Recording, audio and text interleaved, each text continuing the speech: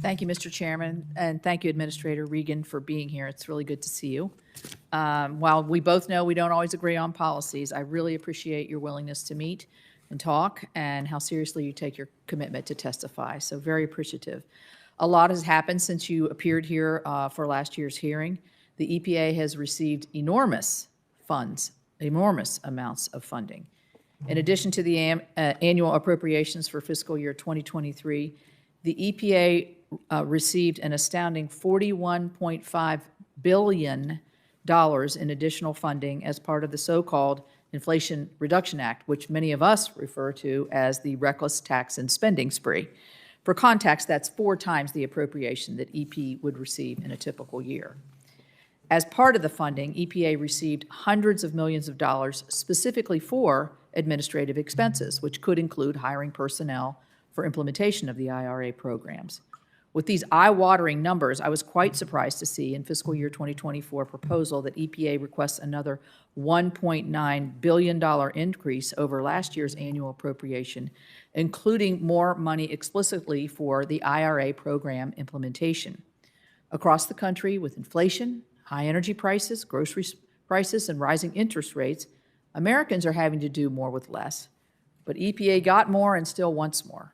I am particularly troubled by the largesse of this request because I'm not convinced that EPA is using the resources it already has effectively.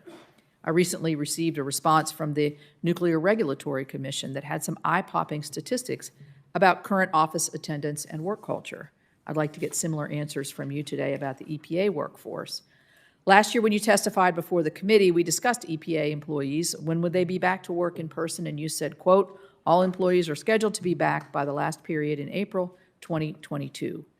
This year's budget proposal suggests, however, that back in the office does not mean actually present in the office. We are heating, cooling, and cooling massive and nearly uninhabited buildings 3 years after the pandemic started. Now, with the public emergency over, I want to understand the agency's current work practices and how we can avoid some of this energy waste to the benefit of the environment and the taxpayer. We need to do this before we seriously consider any more administrative outlays, including the EPA's desire to hire approximately 2,000 additional FTEs. The need for so many additional workers is at best questionable given recent EPA announcements about how it's going to manage large buckets of money appropriated by the IRA.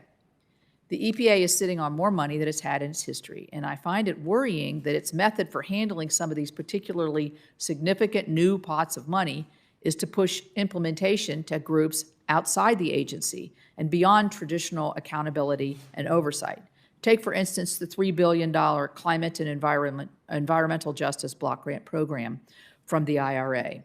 The EPA, with that program, receives a 7% administrative expenses set aside, so that's $210 million, a lot of money, even here in Washington, right?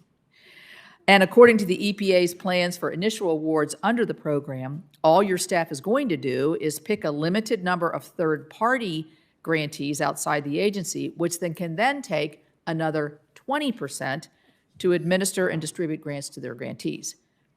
Doesn't sound like an efficient way to use taxpayer dollars to me.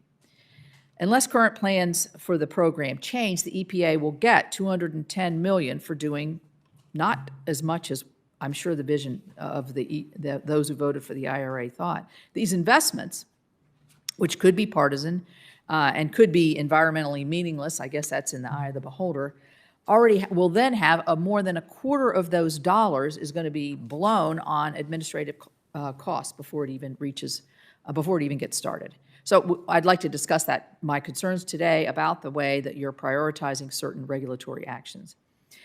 The agency spent a lot of time and resources completely rewriting and finalizing a broad new waters of the U.S. definition, but we're waiting for the Supreme Court to make a ruling in a pending case. That threw yet another definition of WOTUS into effect, and now that definition has already been stayed in, I believe, just 2 states, but maybe more. The EPA could have minimized regulatory uncertainty by just waiting for the Supreme Court ruling. During that same time, the Biden EPA took 2 years to develop a proposed drinking water standard, but believe me, I'm happy you finally did, for PFOA and PFOS. It concerns me that the EPA Water Office could have been prioritizing PFOS instead of writing the WOTUS rule, which is going to have to be changed in all likelihood after the Supreme Court makes its decision this summer. Meanwhile, the agency continues to go full bore on a regulatory agenda targeting energy and power sectors, one that's going to hurt my state's economy and further raise energy bills. The EPA continues to push forward with its so-called EGU, or Electric Generating Unit strategy. As part of that strategy, the EPA recently finalized a water rule targeting coal plants called the ELG rule. It says the ELG rule is aligned with other rules so that we can help the industry be very thoughtful about long-term investment for all the regulations that are coming out of the agency. That's kind of code word for me, how are you going to shut your plants down? You went on to say, quote, not aimed at driving specific outcomes in terms of investment strategies, but I would disagree. I think it's clear what the administration is doing in an accelerated transition from coal and natural gas. Seems to be the playbook here. The Biden administration is calling the shots that were started during the Obama administration's war on coal. Earlier this month, Mr. Goffin and I talked about the EPA modeling and I know you and I talked about this actually at breakfast the other day, that the IRA is a gut punch to the coal and gas industry. The EPA modeling projects that the ERA could lead to transformative impacts on the power sector, including a dramatic decrease in not just generation, but also capacity. We see that in the projections generated from the EPA itself. So I'm concerned about potential job loss in Appalachia, all across the country in the natural gas industry, and I'm very concerned about what we see coming out. But today we're going to talk about the budget and other things, and I'm worried about the oversight in terms of the Inflation Reduction Act, since it looks like you're sort of outsourcing some of the oversight to these other these sub-grantees, and I wonder what kind of oversight we would have there, not to mention the 27% in administrative costs that are going to be dedicated towards engaging those dollars. Thank you. Thanks for watching, everybody. Make sure to hit that subscribe button, turn on your notifications so every time I put out a video you can know about it. It'll come up in your feed. Hit that like button if you liked it, and be positive. Peace.